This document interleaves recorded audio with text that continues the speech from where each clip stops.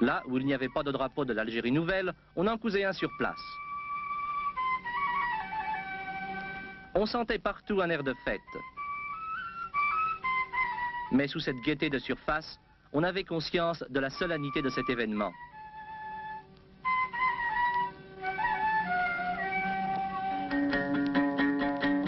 Le moment était venu de prendre part au référendum. Longtemps avant l'aube, les gens faisaient déjà la queue pour voter.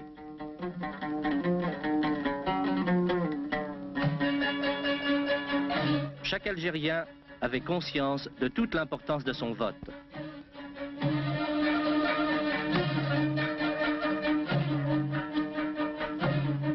Le choix, l'indépendance.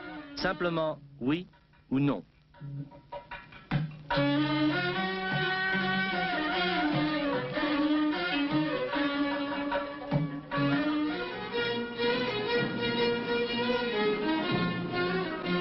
Selon le choix librement exprimé des habitants, l'Algérie accède à l'indépendance complète et devient un État souverain.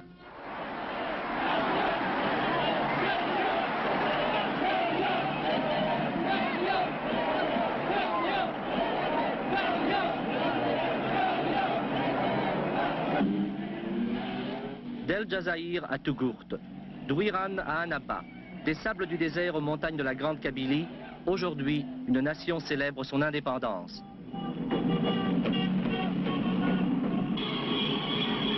Gloire et honneur à nos martyrs Shohada.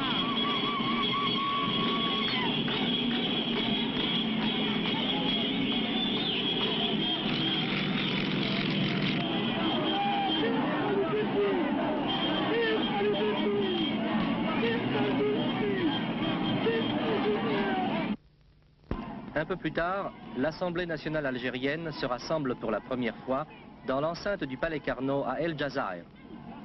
Sous les regards de la foule, les députés et autres personnalités arrivent pour prendre part à la première session. Par acclamation, M. Ferhat Abbas est élu président de l'Assemblée nationale.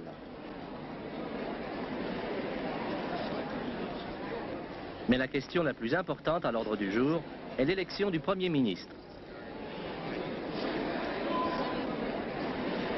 L'un des candidats favoris est Ahmed Ben Bella, membre du premier groupe de résistance.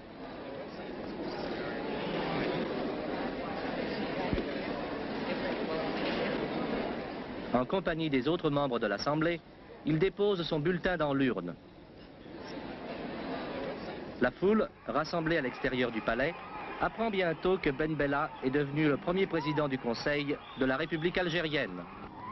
L'énergie, la bravoure et la dévotion à la cause nationale qui ont servi à forger la victoire vont préserver maintenant l'idéal de la révolution.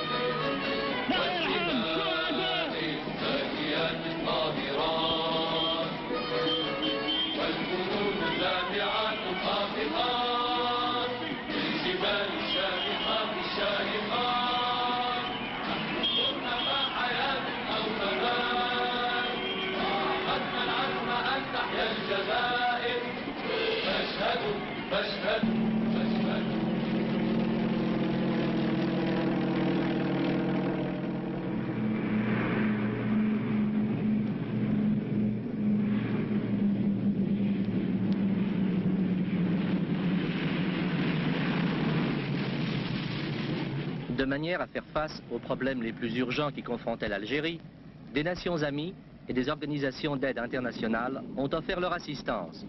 Par voie aérienne, des médicaments sont acheminés pour répondre aux besoins médicaux.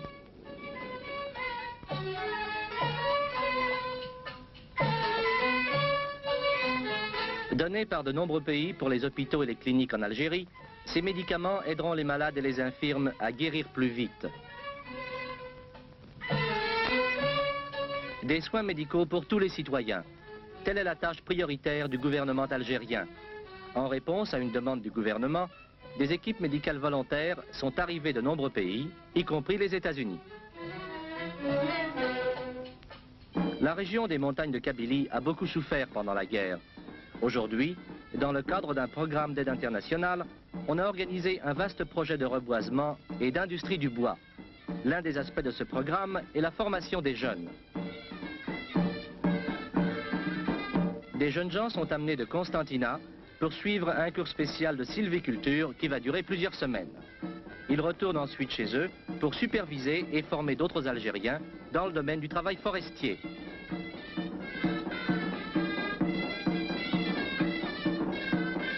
Des vivres en provenance de nombreux pays viennent s'ajouter aux efforts du gouvernement qui combat la faim et le chômage par des projets de développement national.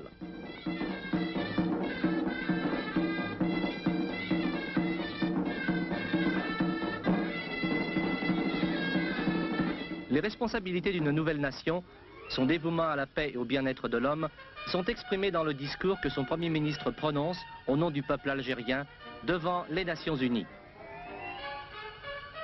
Monsieur le Président, Messieurs les délégués, il est, dans la vie des peuples, des heures où le destin s'arrête pour choisir son chemin.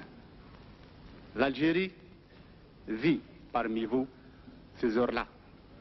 Le peuple algérien qui a connu, vécu et souffert bien des guerres veut de toutes ses forces contribuer à bâtir solidement les assises de la paix. En l'accueillant parmi vous, vous lui avez ainsi prouvé votre confiance. Vous lui avez du même coup reconnu des droits et des devoirs. Il sera jaloux des uns et prodigue des autres. C'est une main fraternelle qu'il vous tente aujourd'hui. Et c'est ensemble que nous devons rechercher à travers la vieille sagesse de nos peuples les moyens d'assurer aux générations à venir le seul héritage qui vaille pour l'humanité en péril, la paix des hommes de bonne volonté.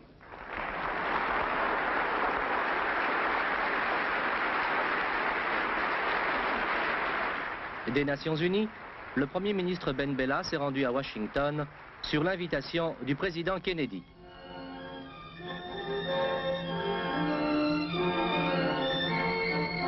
La rencontre des deux chefs d'État a souligné la dévotion de leurs peuples respectifs à la cause de la liberté. Lorsque le président Kennedy a accueilli le Premier ministre Ben Bella, il a évoqué la main de l'amitié que les Américains tendent à l'Algérie. Cette heure à laquelle le peuple algérien accède à son indépendance nationale, la création d'un grand et nouvel État représente la somme du dévouement et du courage du peuple algérien et de ses dirigeants au cours des nombreuses années. Je les félicite. Je les félicite en tant que président des États-Unis et je les félicite au nom du peuple américain. Nous aussi, nous avons lutté pour notre propre indépendance et il nous en a coûté bien des années de sang, de larmes, de travail et de persévérance. Mais finalement, nous avons acquis notre indépendance comme vous avez acquis la vôtre et nous l'avons maintenue comme vous maintiendrez la vôtre. C'est pour moi une satisfaction toute particulière que de saluer ainsi nos amis d'Algérie, car je me souviens de m'être exprimé au Sénat des États-Unis en faveur de l'indépendance de l'Algérie. Et maintenant, ce grand dessein est atteint.